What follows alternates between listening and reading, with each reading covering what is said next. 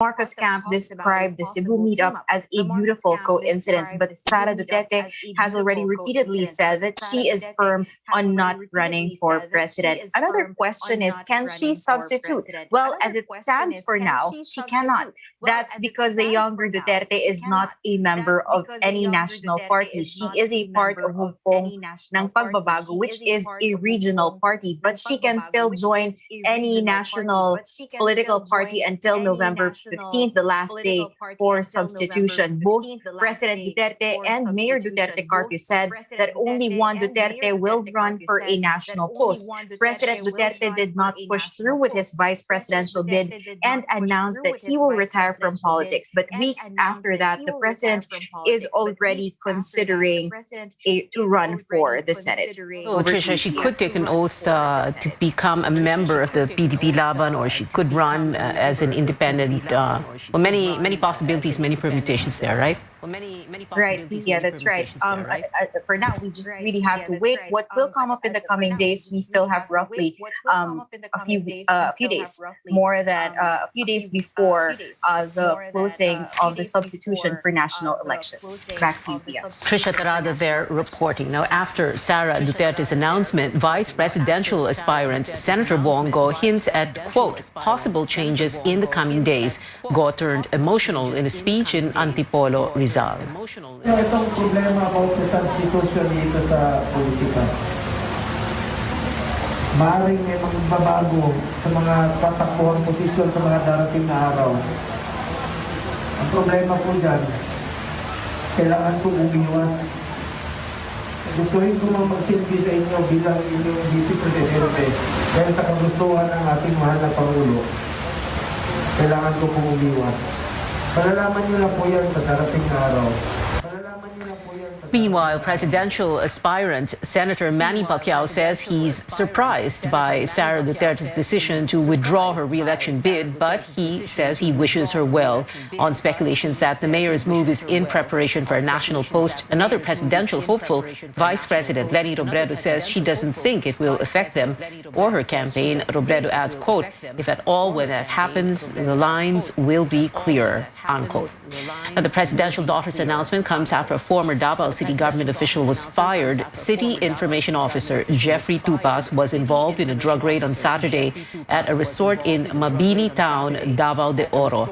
A statement from the Davao City Mayor's office says Tupas tendered his resignation on Sunday, but was informed that he was already terminated. Authorities confiscated 1.5 million pesos worth of illegal drugs.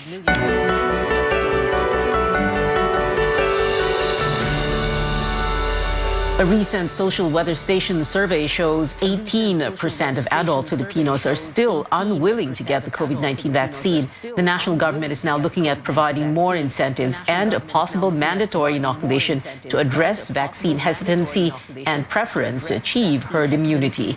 But are these the right solutions? Carolyn Bonkin has that story. Dahil bakunado ka, aba panalo yan. Sali na sa Bakunado Panalo Raffle. One lucky vaccinee may go home a millionaire by end of the year. A huge pot of money is up for grabs for those who will get vaccinated until December. It's just one of the health department's efforts to encourage people to get inoculated, as a portion of the population remains vaccine hesitant. The national government also asked local officials to give incentives.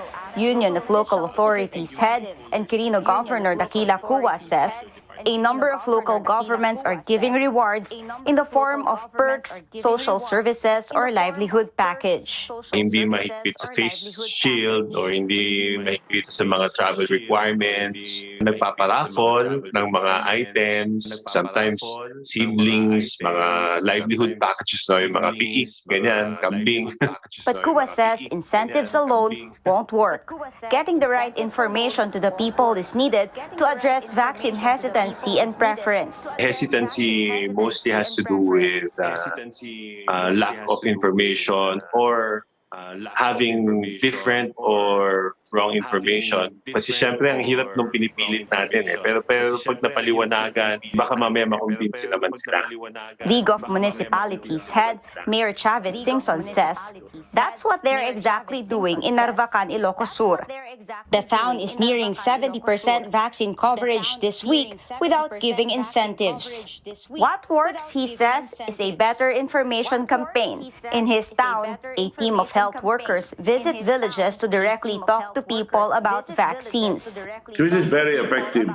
Dumami ng napakunahan namin dahil doon. Yun ang naano namin na hindi dapat mamili, pare-pareho yan.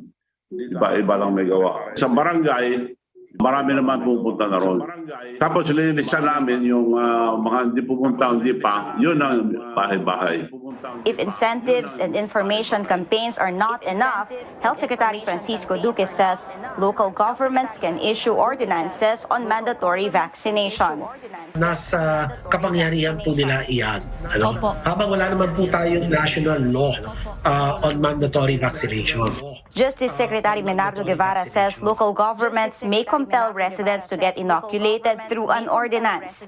But like all laws, he says, this may be challenged in court. Caroline Bongkin, CNN Philippines. Private hospitals will wait until the end of the month for the state health insurer to pay at least 50% of its dues. In a meeting between PhilHealth and private hospital representatives on Monday, state health insurer president and CEO Dante Gueran said it is to release the second wave of the debit credit payment method, or DCPM. Now, this means PhilHealth will immediately pay 60% of in-process claims. The remaining will be released once documents and the initial payment are verified. The Private Hospitals Association of the Philippines warns the initial plan of some of its members to not renew accreditation with PhilHealth may still push through if the agency again fails to pay up. Bilang itong Iloilo, Cagayan Valley, may mga hospital din sa Metro Manila, sa Bulacan, Laguna, Quezon, na nag-signify na ng kanilang intention not to renew kasi sabi nila parang walang nangyayari sa usapan. So, sabi ko na medyo hintay-hintay natin up to the end of the month kung talagang yung sinasabi ng PhilHealth may katotohanan. The state insurer believes agreements made in yesterday's meeting will expedite payments to hospitals. Coming up on Newsnight, more cabinet and local officials chime in on the debate on whether or not to still mandate the use of face shields. And the Trade Department allays concerns about price hikes on Noche Buena products. Details when we return.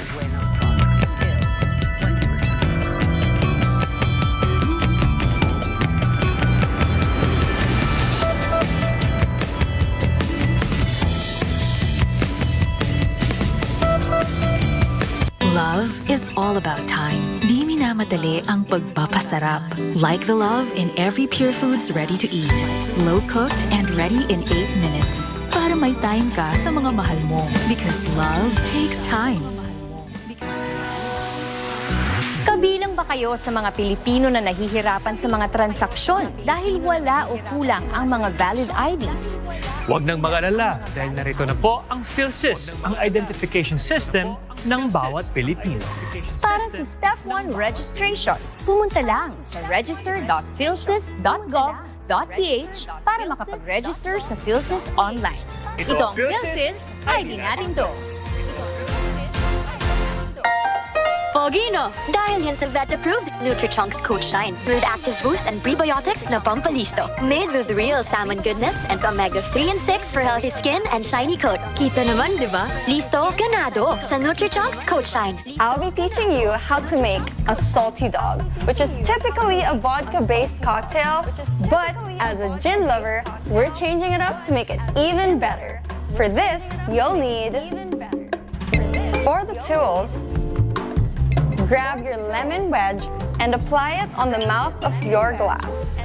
Grab your salt and dip in the mouth of your glass to create an even layer. Grab your cocktail shaker and pour your grapefruit juice, your lime juice, and your simple syrup. Lastly, our GSM Premium Gin. We're going to fill our shaker with ice. Now, shake. Get your glass and carefully add in some ice. Pour our cocktail. Then a grapefruit wedge.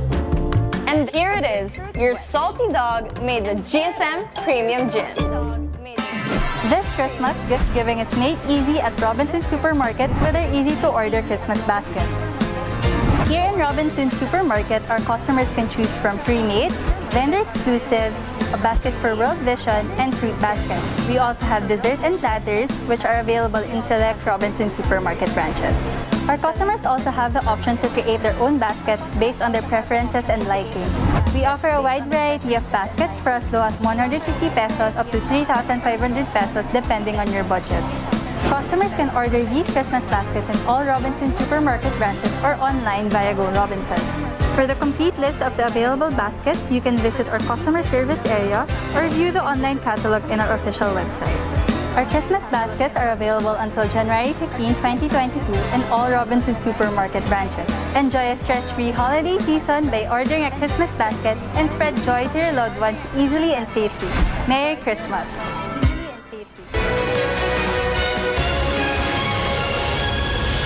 Welcome back to CNN Philippines. The Interior Department clears the air on local ordinances on the use of face shields. Interior Secretary Eduardo Año says the executive orders issued by several mayors no longer requiring the use of face shields are enforceable, saying the situation is different now. Even Justice Secretary Manado Guevara and Trade Secretary Mon Lopez back Año's position.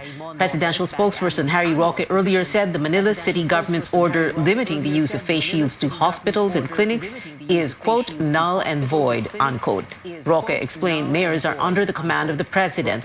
The Health Department also reiterated local governments should just wait for the final decision of the interagency task force. We see that the IATF has been designated by law that whenever there is this public health emergency like what we are having right now, this is the policy directing body of the national government, and therefore even local governments has to abide with the resolutions of the IATF. Manila Mayor Isko Moreno, meanwhile, says the national government, quote, can go to court if they want to stop the city from imposing its no face shield policy. But Moreno maintains the president has no control over local executives under the local government code.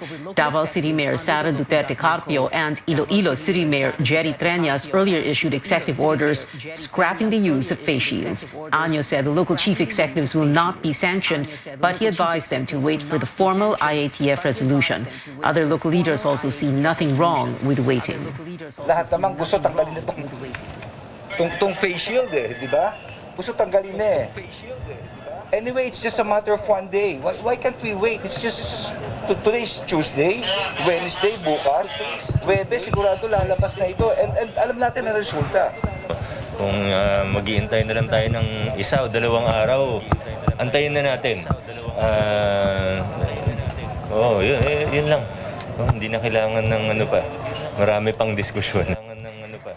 The Health Department is expected to submit to the IATF on Thursday its final recommendation on the face shield mandate. Good news for consumers before the holidays. The Trade Department claims prices will stay for some Noche Buena products. The agency says it will also promote the items in bulletins of supermarkets. For a group, however, this is unfair. Our Rex Media tells us why. We chance upon Lorena Medez buying some items for her family in a supermarket in Quezon City. With Christmas just around the corner, she's already planning for their Noche Buena. But losing her job due to the pandemic, Lorena says she will just prepare 3 instead of their usual 5 dishes. Bawasan na lang yung panghanda upang sa kinabukasan may makain pa, may matitira pa. The Trade and Industry Department, however, says consumers need not worry about price increases for now. The DTI claims some manufacturers will not increase the prices of their Noche Buena items. The products cover more than half of the 160 brands listed on suggested retail price bulletins. Among them are some brands of Christmas ham, fruit cocktail, queso de bola, mayonnaise, sandwich spread, pasta, spaghetti sauce, tomato sauce, and creamer. It's still competition driven. gusto nilang mas mapataas pa rin ang volume ng maibenta nila, ma-dispose nila, gusto nilang maubos rin yung stocks nila. So, hindi na sila gagalaw ng presyo para mag-gravitate towards these products ang consumers. The DTI will also promote these items through SRP bulletins in supermarkets. A group of supermarkets assure they will not increase prices if the manufacturers don't. The head of a supermarkets association feels DTI's plan to only promote select products is unfair for other manufacturers. Ang tao naniniwala kahit fake news, di ba? Eh, ano pa kaya yung pinor-promote pa ng DTI pa, di ba? So I think it's unfair, di ba? Government has no reason to do business. They should let the private sector do the business. For the group Laban Consumer, business owners should also offer discounts to help Filipinos celebrate Christmas during the pandemic.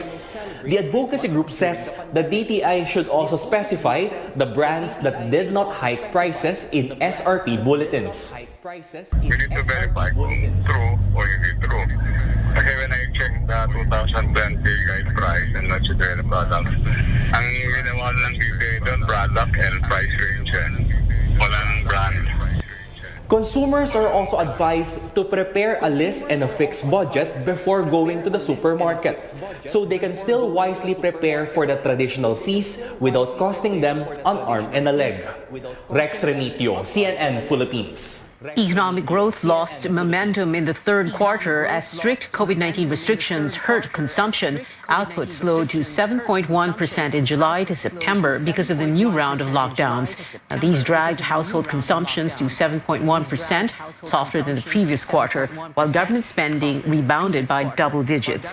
But latest figures beat market expectations, and on a quarter-on-quarter basis, the economy still expanded by 3.8%.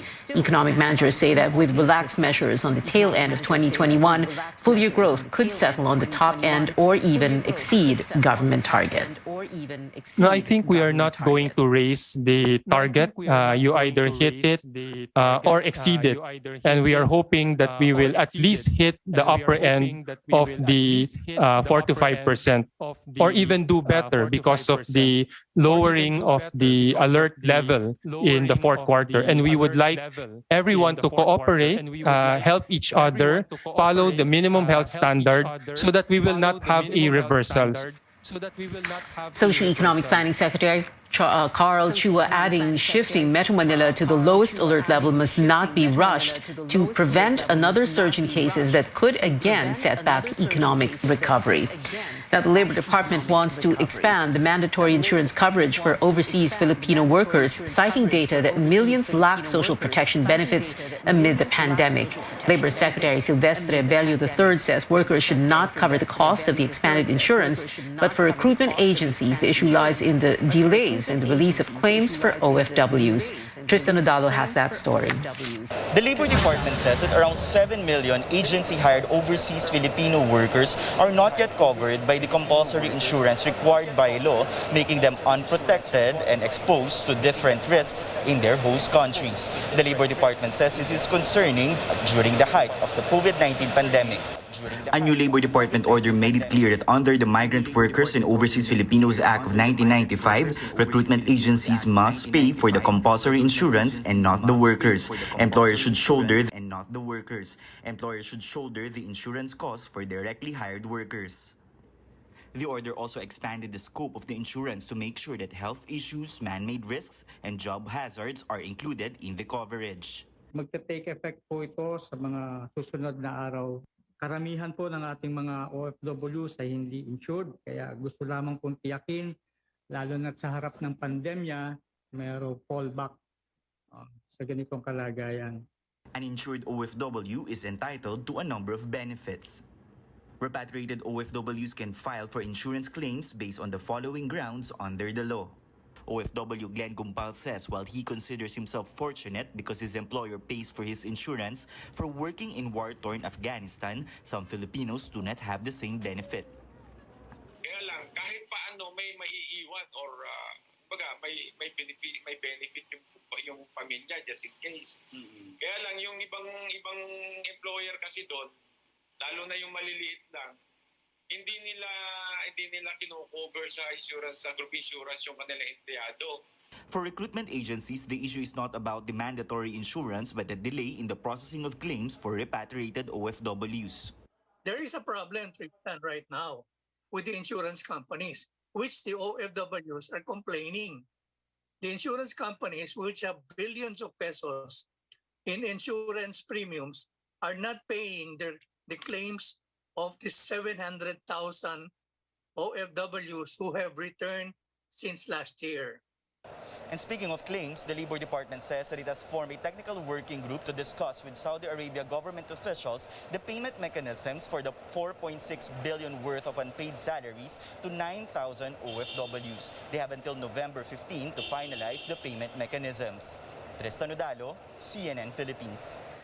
Later, we talk about dynasties and surveys in your weekly political appointment fix. Join me on Politics as Usual with professional statistician and Philippine Institute for Development Studies Senior Research Fellow Jose Ramon Albert, House Deputy Speaker Pablo John Garcia from a well-known political clan in Cebu, and Ateneo School of Government Dean Dr. Ronald Mendoza. Tonight at 8:30, only here on CNN Philippines. Dynasties and surveys, two things in Philippine politics we both can't seem to live with and can't live without. Tonight, we'll try to make sense of them.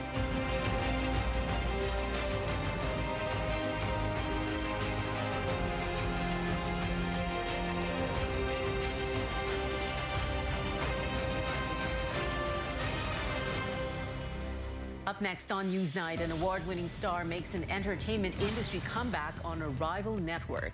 And this Blackpink member goes from K-pop to K-drama in a series arriving right in time for the holidays. Details after the break.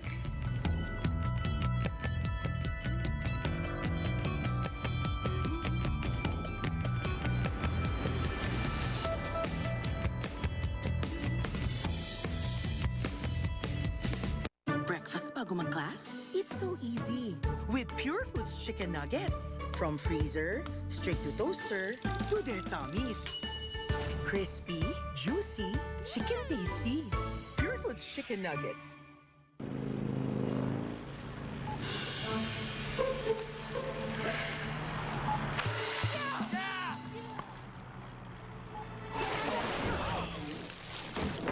Discovery Plus has arrived in the Philippines.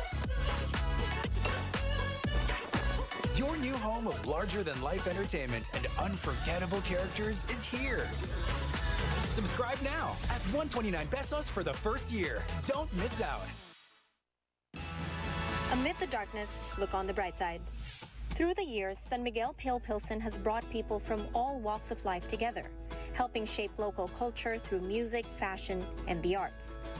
This holiday season, to commemorate the brand's timeless taste and signature style, this iconic Filipino beer is releasing a limited edition Iconican, featuring a collaboration between two award-winning visual artists. One highlights the work of legendary cartoonist and national artist for visual arts, Larry Alcala. Admirers of the artist should keep an eye out for Alcala's trademark self-portrait somewhere on the can. Alcala's son Lauro says this was the artwork done by his father for the San Miguel Beer Centennial celebration many years ago and has now become a collector's item. Alcala's design is paired with the work of National Book Awardee Rob Cham. Fans of his popular silent comics and illustrations can add this iconic can to their collection. For this can, I made a pattern where it was Filipinos just sharing a beer with each other and drinking and celebrating being Pinoy. The limited edition San Miguel Pale Pilsen Iconican is available in select supermarkets and convenience stores, as well as SMB delivers until December 2021. The perfect beer regalo for this holiday season, the Iconican showcases how San Miguel Pale Pilsen continues to connect and bring people together across time and distance. Dahil with San Miguel Pale Pilsen, kahit kailan, walang iwanan. I'm Sam Sidwani, CNN Philippines.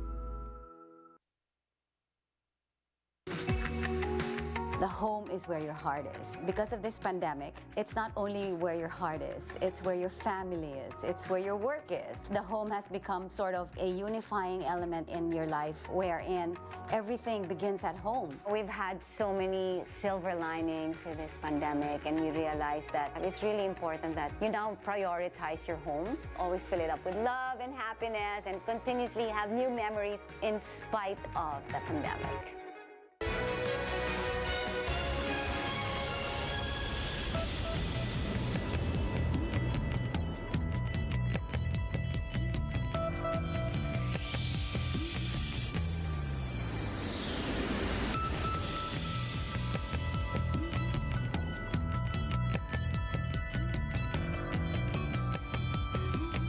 Welcome back. Petron Corporation continues to recover in the third quarter of the year, an impressive turnaround from last year.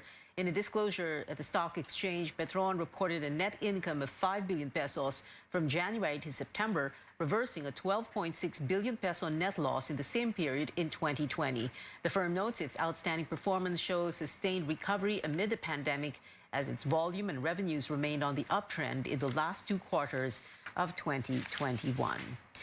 Exciting updates from 2 megastars, one making a network switch and another acting in her first teleserye in 7 years. John Lloyd Cruz is officially a Kapuso, the multi-awarded actor signed with GMA Network, where he made his showbiz comeback in June to co-host a TV special with Willie Revillame. Cruz left ABS-CBN in 2017, stepping away from the limelight for 4 years.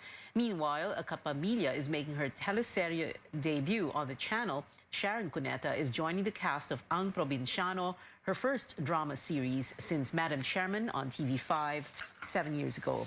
She hinted at the news last week on Instagram, but has yet to reveal what role she's playing. And Blackpink fans can look forward to vocalist Jisoo showing off her acting chops in Snowdrop, now with an official premiere date. The much-awaited K-drama comes out December 18th on Korean channel JTBC. Disney Plus will also stream the show. Snowdrop revealed a teaser poster today, giving us a glimpse of the Blackpink members' first starring role. It features the 2 leads who will meet when Jisoo's character protects Junghae-in's after a university protest. And plenty of movie news today, just in time for the reopening of a number of local theaters tomorrow.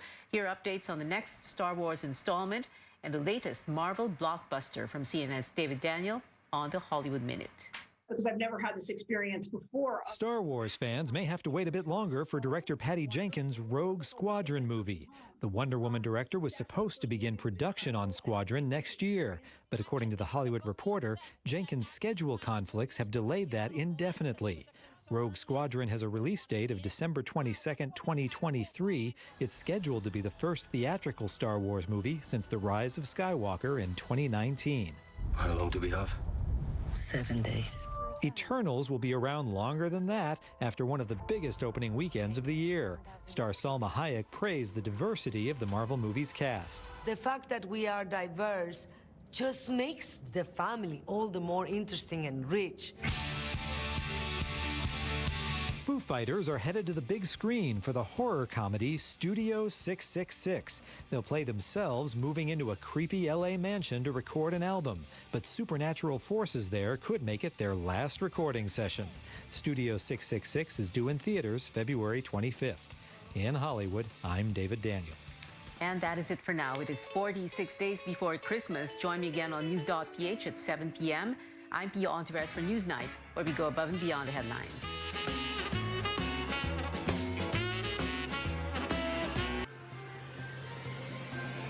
CNN Philippines Hour sa RPN-DZKI-IRIGA alas 6 hasta las 7 ng manggi, Lunes hanggang Biyernes. CNN Philippines Hour.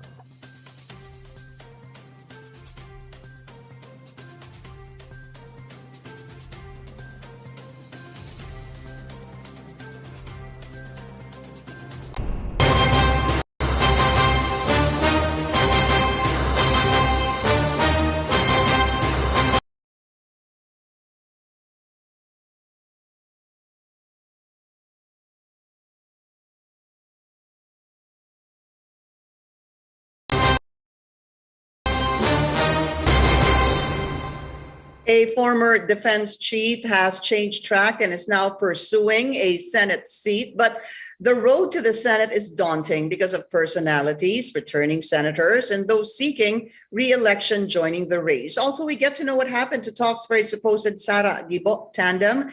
And is this no longer an option? Let's go straight to the source of the story. We have senatorial aspirant Gibo Teodoro. Secretary Teodoro, welcome to the source. Thank you so much for your time. Good morning. Good morning, Pinky, and to all the televiewers. You had a proxy file your COC on your behalf as senator under the People's Reform Party because you contracted Yes. COVID. How are you now? It was my last day of isolation. When was this? Friday, and my latest RT-PCR test came out negative, so I'm fine. How were the symptoms? Mild symptoms, just an itchy throat and a runny nose. But I felt that it was enough to warrant an RT-PCR and came out positive. And I did the proper isolations in consultation with my pulmonologist too and doctor. Were you surprised considering you got a vaccination was in Davao last June, right?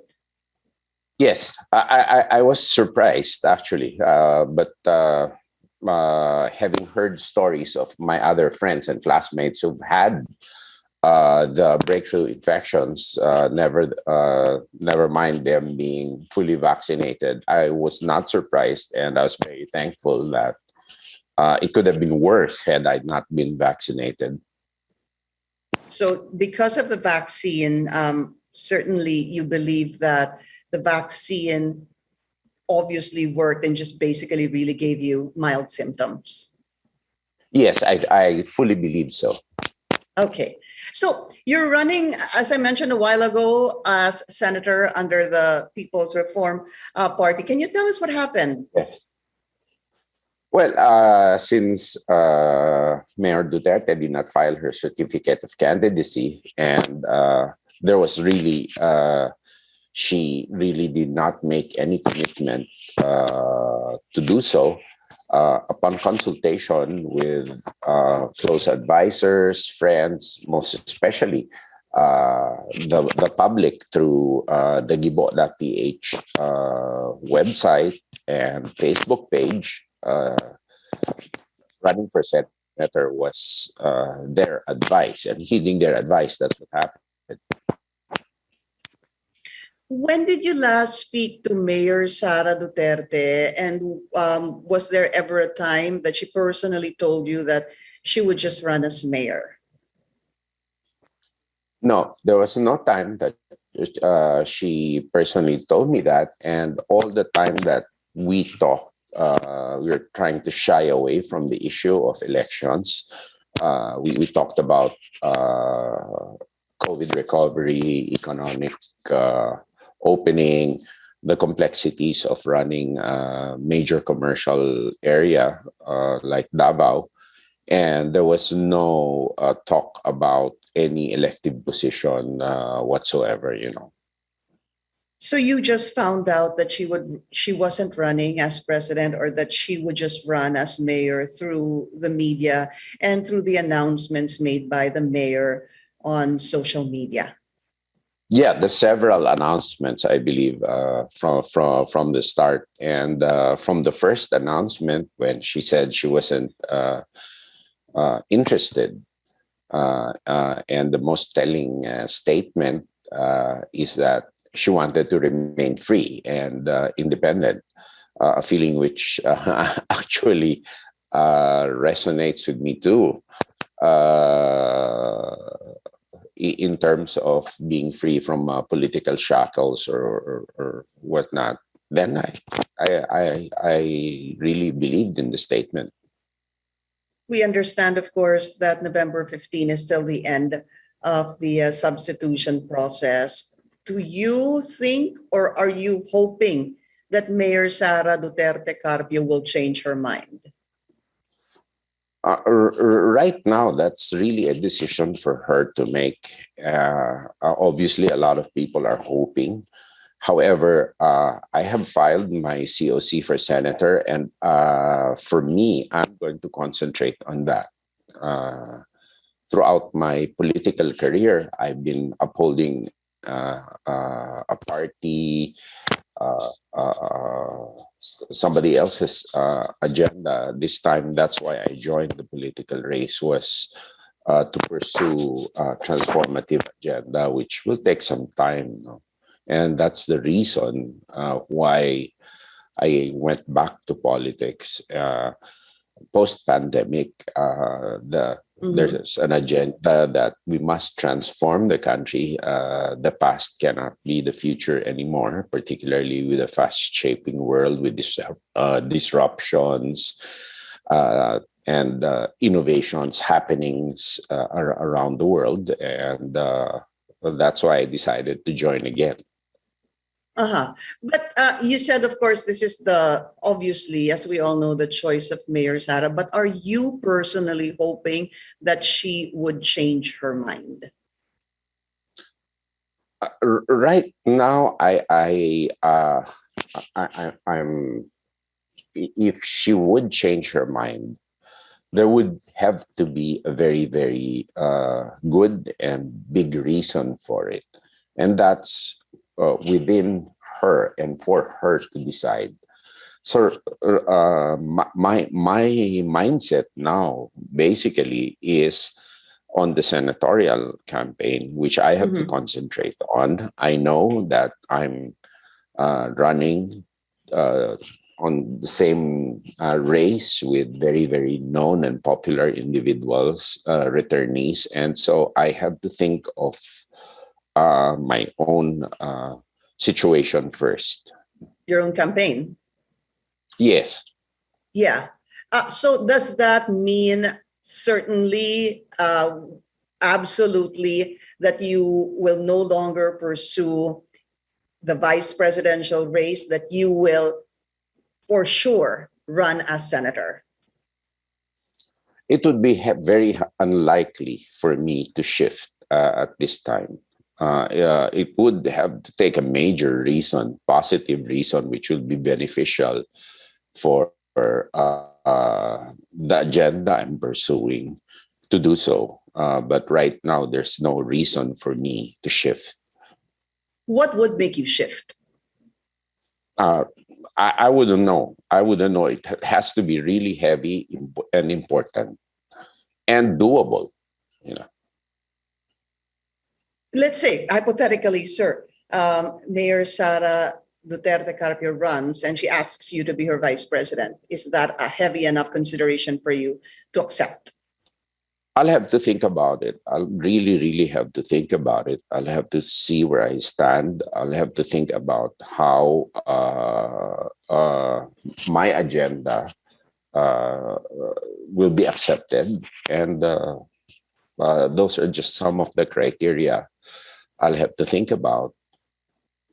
Plus, so of course, the winnability factor is also very important. Right. So there's still a possibility. There's still a small opening there. That's how I'm understanding your statements. There are no yeses, firm yeses or nos. But right now, it's highly unlikely. Let's put it that way. Okay, we need to take a very short break. The source will be right back.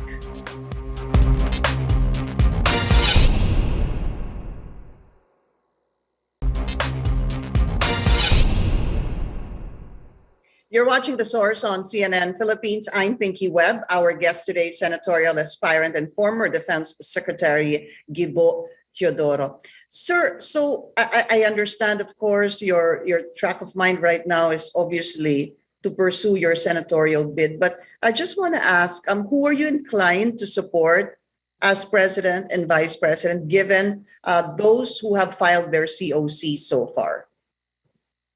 I think it's the reverse. Whoever will support the agenda of Bagong Pilipinas para sa bagong henerasyon and cooperate with it.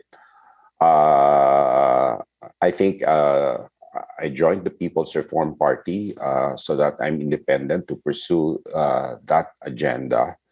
And right now, I'm just concentrated on pursuing that agenda, building my base. And the question of who to support as president or not does not come into play because the party has not decided to support anyone yet. And running as senator, so far, who else is in your team? I think the PRP, I'm the lone candidate for it. So far, no? Yes. Yeah, because there's talk on presidential spokesperson Harry Roque.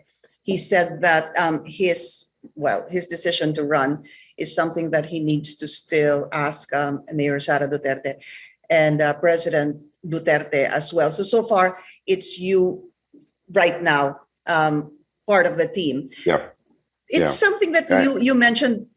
You mentioned a while ago, no, sir, that there's a lot of personalities. Even I said that a while ago. Even re-electionists, returning senators, popular personalities vying for the Senate seat. How difficult do you think this election will be for you? It's admittedly going to be difficult, given that I've been away from the political scene for quite some time. And you're going against popular names. And I know that really the personality counts for a lot in local politics. But hopefully this can be overcome by the networks and relationships I've developed throughout the years, particularly with local leaders and other politicians. And social media now has a very, very great impact, and hopefully that will level the playing field, so to speak, insofar as I'm concerned. You were talking about social media. I think it was back in February that you had changed your Facebook photo to a check. You added, I think, a check and changed it to green. And Yes. it somehow sparked the return, a political comeback for Gibo Teodoro. What happened back in February? Well, I think that's when the final decision within the family, my wife and our son talked about it. We agreed that it would be a go that I tried to make it back to public service, given that perhaps this is the best time that somebody who's had both government and private sector experience could be helpful to the country. And that's when the check mark was put in. But what pushed you? What made you say that 2022, I'm going to make a political comeback? No, actually, it was a long process, and it was a process of the pandemic too. That for in any time that perhaps the country would need my services, or the country would have the option, should they wish, to avail of my services and expertise. Mm-hmm. And my family also talked to me about it, that it's the right thing to do at the right time, where there's no one person who probably has the monopoly of solutions, the monopoly of wherewithal, the monopoly of skills needed to run the country, but everybody should pitch in. And my family told me that, I mean, it's your duty to the country that you do so. And that decision was come up and came from there. But there were a lot of people also who were asking that since before, even before the pandemic, bumalik ka na, why don't you give it another go? But there was no compelling reason at that time. But after the pandemic, I think this is as compelling a reason as possible, as you can have, rather. Right. Because it was in, you were gone for, well, in the public eye, I'd say for about 11 years, maybe 10 to 11 years since the 2010 elections, ni Huba. So I didn't see or hear much of you in the past years. And then it was a surprise, in fact, for a lot of people when you made your way to Davao City. And I remember even Secretary Andaya, Congressman Andaya, saying, this Mayor Sara Gibo is a done deal. What was so done about that back then? That's perhaps what he felt. He explained that's the vibe he felt, and he was really excited about the possibility.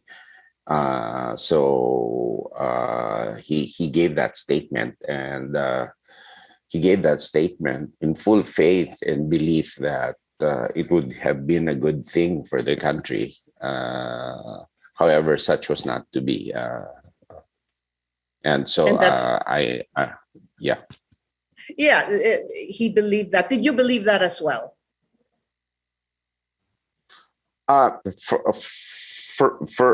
For me, I've always been, especially with my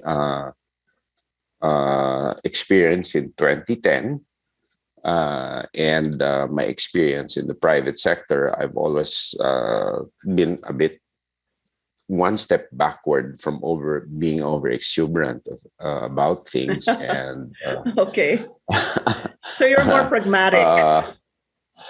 Actually, not even pragmatic. Yes, pragmatic in a sense, and conservatively so. Okay. I wanted to ask you, when your family was discussing this, and even friends, that maybe it's time to make a political comeback, what was foremost in your mind? When you say political comeback, did you think, well, I want to run as vice president, I want to run as president, or I want to run as senator? Was there an option A for you? What was option A? My experience in the private sector is that the majority of the experience in institutional private sector was as an independent director. Basically, as one who views you're part of the institution, but you're there to have a second look at things and view things on a macro perspective. And that's perhaps how a vice president can be really beneficial to an administration or to a president. And you can also give in positive inputs on an independent basis as you see things, and you can backstop. And so the vice presidential role would have really been perfect. Plus, I could go around the country advocating for and asking questions about what the young feel the future should look like for them. It would have been perfect, and but such is not to be as of this day. And so I'll still continue the movement. That is a commitment, and try to work within the legislature to shape, to introduce more efficiencies into the government, and try to make things easier for the private sector and for any citizen to deal with the government. So really, option A was to run as vice president, but because that didn't pan out, option B would have been to run for the Senate. I wanted to ask you before we go on a break, Sir Secretary, what happened? Why did you reject or did not accept President Duterte's offer, weren't you offered twice as to become once again the Secretary of National Defense? Well, at that time, I just had taken on two new assignments in the private sector. Secondly, I was busy with my family and with my mother too. I was in government for how many years, and we didn't want at that time to have disruption once again in our own family. Given my mother's alone, and basically there was no need, a compelling need to do so. Like Secretary Lorenzana is doing a good job right now. I can't say I would have done better than him. However, this situation, to me, I feel that each and every Filipino should offer his or herself the best way he or she can do, because it's a different world right now. Well, sorry, just a follow-up on this before I forget. Have there been feelers from other parties to adopt you to be part of their senatorial slate? There have been, and I'd rather they announce it rather than me. There have been. Okay, so there's a big possibility that you'll be adopted by other parties. Well, hopefully. Hopefully. Okay, all right. So we want to talk about, if you win, what will be your priorities? But we need to take a very short break. The Source will be right back.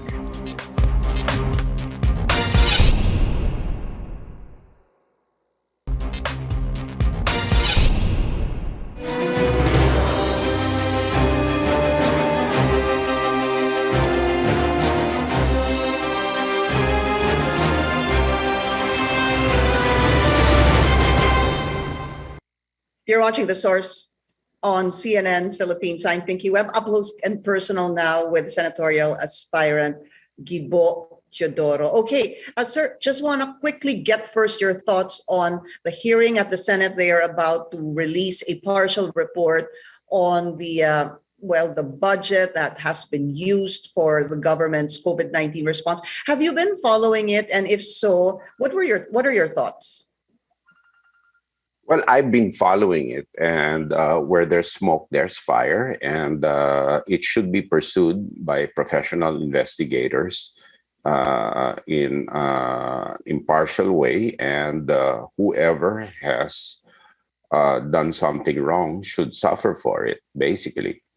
But this should not also serve to stall the need to acquire vaccines as quickly as possible, because vaccinations are necessary and crucial in order for our economy to open. Secondly, it also opens eyes in what we need to do and the trust that the public needs to put in government for that. What other countries did and could not happen here was they invested in an emerging technology at source without even the surety that a workable vaccine would do, no? So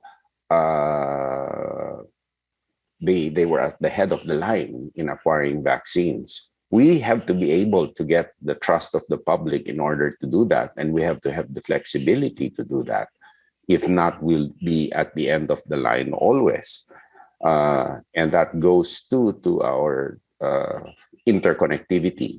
For example, our digital infrastructure and our digital architecture, which is really important. Off-the-shelf solutions will not do for us. And we have to invest at source. We have to have the capability to do that, both for commercial purposes and for national security purposes. What are, I guess, in summary, when we talk about the government's response, would you say you're satisfied, above average, below average? How has government done so far?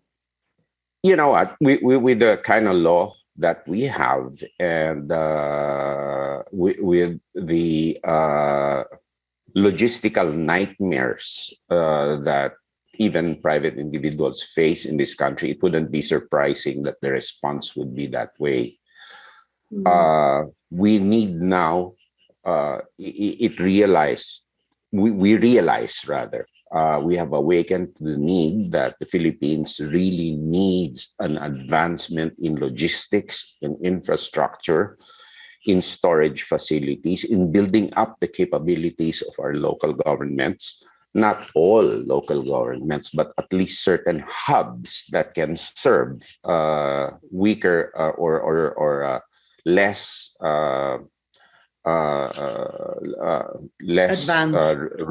advanced local government units, less developed rather, local government units to serve as hubs. And that would ease our problem a lot. And we need a lot of investments in that. And that's one of the things that I would be pushing for more infrastructure, for interconnectivity, both digital and physical infrastructure. Okay, we have the yes or no question. This is the part wherein you just answer yes or no without any explanation. I only have 1 minute left. I hope you don't mind, sir. So the first is, are you in favor of easier public access to the SALN of the President, Vice President, and members of Congress? Yes or no? I've always done it. So the access has been always easy for me. So yes. Do you support lifting foreign ownership limits in the Constitution? Yes, I do. Actually, yes, I do. Are you in favor of the reimposition of death penalty for drug-related crimes? No, not for the reason that just no, not because I oppose it, but because the judicial system probably might lack resources to guarantee a fair trial. Should a sitting president be allowed to run for vice president in the next election? Well, to me, ultimately, let's leave it to the people to decide. So, is that a yes or whatever a no? legal, people will decide anyway. Okay, are you in favor of resuming peace talks with communist rebels? No, actually, no. That's already been done. And lastly, should the country be more aggressive in protecting its maritime interests in the West Philippine Sea? It should be more aggressive, yes. But how aggressive it is varies, no? Because internationally, in international bodies, we can only do so much. Unfortunately, as the president said, the UN itself is one of the most undemocratic organizations because of the veto power of the permanent members of the Security Council. All right.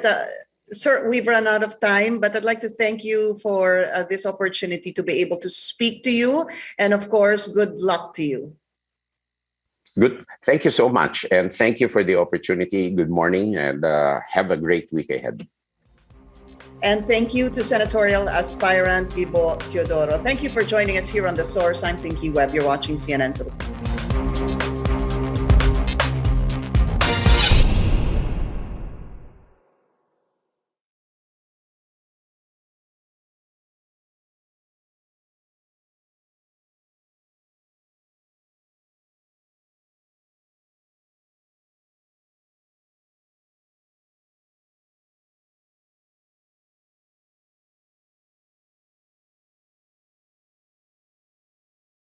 Teodoro. Thank you for joining us here on The Source. I'm Pinky Webb. You're watching CNN Philippines.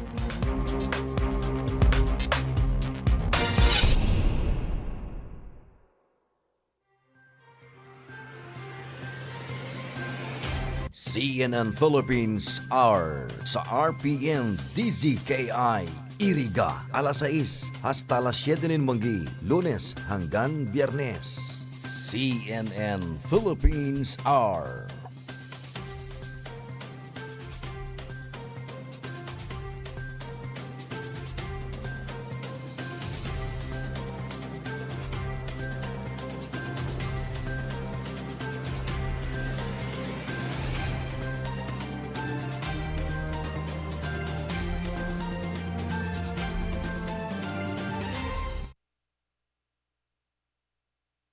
Let's be the solusyon plus sa COVID-19. B. Bawal walang mask at face shield. I. Isanitize ang kamay at iwasan ang kulob na lugar. D. Dumistansya ng 1 metro at limitahan ang pisikal na interaksyon sa iba. A. Alamin ang tamang impormasyon. Plus, suportahan ng FDA-approved na bakuna. BIDA Plus. Bida Solusyon Plus sa COVID-19. Lolo, Lola, 1 taon na tayong nahiwalay dahil sa quarantine. Miss na po namin kayo at inyong masasarap na luto at pag-aalaga. May bakuna na raw po sa COVID-19. Kunin niyo po ha. Kapag nabakunahan na ang lahat, makakapiling na muli namin kayo. Ingat po. Kung ikaw ay edad 60 pataas o may iba pang karamdaman, magparehistro na para sa Res Bakuna kontra COVID-19. Res Bakuna, kasangga ng bida at ni lolo't lola. Ano ba ang maaaring maramdaman matapos magpabakuna kontra COVID-19? Maaaring makaranas ng sakit sa ulo, lagnat, pagkahilo, sakit sa katawan o parte ng katawan kung saan binakunahan. Ngunit, huwag mag-alala, pinapaalala ng Department of Health, Bicol Center for Health Development na ito ay mga karaniwang reaksyon ng bakuna sa ating katawan. Isa lamang itong indikasyon na ang bakuna ay epektibo sa pagbibigay sa atin ng proteksyon laban sa COVID-19. Kung makakaramdam ng mga ito, mainam na mag-self-monitor o pumunta sa lugar kung saan kayo binakunahan upang mabigyan ng abiso kung ano ang mga dapat gawin. Suportahan ang Bida Vaccination, maging Res Bakuna para protektado laban sa COVID-19. Dumating na ang Res Bakuna kasangga laban sa COVID-19. At dahil ang dating nito ay by batches din ang babakunahan. Sa Priority A na grupo, una na ang ating health frontliners. Susunod ang mga mahal nating seniors. Pagkatapos ay mga taong may ibang karamdaman, mga frontliner na non-medical. At susunod ang mga kapuspalad. Mag-abang lamang dahil may priority groups B and C pa. Patuloy nating suportahan ang Res Bakuna at maging bahagi tayo ng Bida Vaccination. Maakyat nga itong tore na to. Pwede kong ibenta ang makukuha kong bakal. Hep! Alam mo ba na delikado ang gagawin mo? Maaari kang makuryente at mamatay. Mamamatay? Ganun katindi? Oo, maliban dyan, ang pagnanakaw, pagbibenta o pagbili ng anumang bahagi nito ay bawal sa ilalim ng Republic Act 7832 o Anti-Pilferage Act. Maaari kang makulong at magmulta kapag nakakita ng ganitong gawain. I-report agad sa 0917-847-6427 o 0918-847-6427. Isang paalala mula sa NGC. Mari, ang dami naman mga tuyong dahon dito sa ilalim ng tore. Mabuti sigurong magsiga tayo para matanggal ng mga to. Hep! Mga misis, mapanganib ang inyong gagawin. Ang makapal na usok na dulot ng pagsisiga, malapit o sa ilalim ng mga linya ng kuryente ay maaaring maging sanhi ng malawakang brownout. Naku, perwisyo yun sa ating lahat. Buti na lang hindi tayo nagsiga, Mare. Salamat, Linoy. Kapag nakakita ng ganitong gawain, i-report agad sa 0917-847-6427 o 0918-847-6427. Isang paalala mula sa NGCP. Ang pinakaenot sa ringkunada. Puon kay do sa gudngunyan. Minaanduyog sa baga na mamanuan. Katuwang para sa kauswagan. Sa mga bareta, patas. Sa impormasyon, public service, enot ka. Malalaoman, katotohanan ang sinasarigan. Inina ang bagong Radyo Ronda. DZKI-IRIGA Radyo Ronda. Ang maugmang kairiba. Madya na.